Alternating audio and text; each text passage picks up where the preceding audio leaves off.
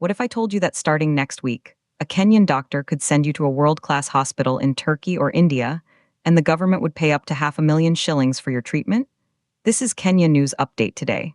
Coming up, you'll discover the 8 specific hospitals now on the official list, the exact step-by-step process to get there, and the one critical thing you must do before you board that plane. This isn't a future promise. This is a live program launching in days, and it could change healthcare for millions. But here's the twist.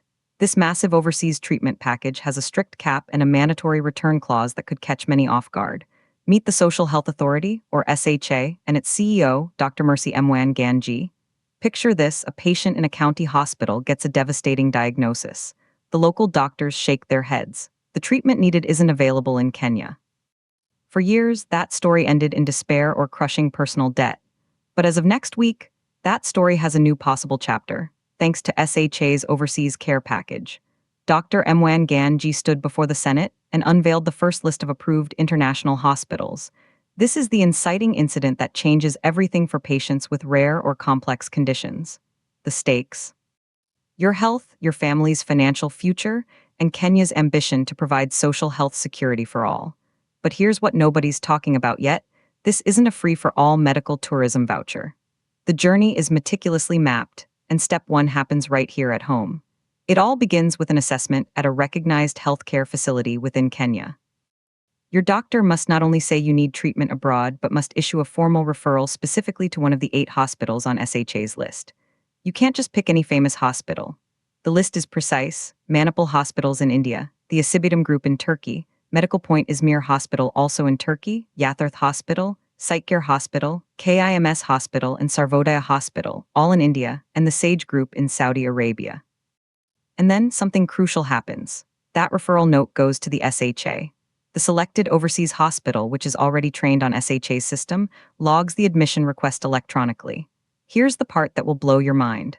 Only after that digital handshake does SHA check one thing: are you an active and paid-up member? No contributions, no authorization. It's a brutal but necessary gate. If you're clear, you get the green light to proceed with treatment thousands of miles from home. But here's the next twist.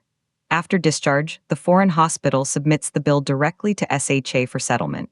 And this is where the limit hits. Everything must fall within a 500,000 Kenyan shilling cover limit, not a shilling more. And then, you must return. The policy mandates that upon coming back to Kenya, the patient must report to a designated local facility for follow-up care. This ensures continuity and that Kenyan doctors learn from these advanced cases. The implications are massive. For patients, it's a lifeline. For the health system, it's a way to manage costs for ultra-specialized care while building local capacity. But controversy simmers. Some will ask, why are we sending money and patients abroad when our own hospitals need funding? Is this a stopgap or a permanent outsourcing of complex medicine? And the biggest unanswered question, with more hospitals applying to join, will this list grow to include facilities in Europe or America? And how will that affect the cost cap? We started with a promise: specialized treatment abroad covered. The list is set. The process is defined. The cap is 500,000 shillings. The journey begins at your local clinic. Do you think this overseas treatment package is a brilliant solution for Kenyans, or a missed opportunity to invest that money directly into our own hospitals? Drop your take in the comments. Subscribe to Kenya News Update today for more breaking news that impacts your life.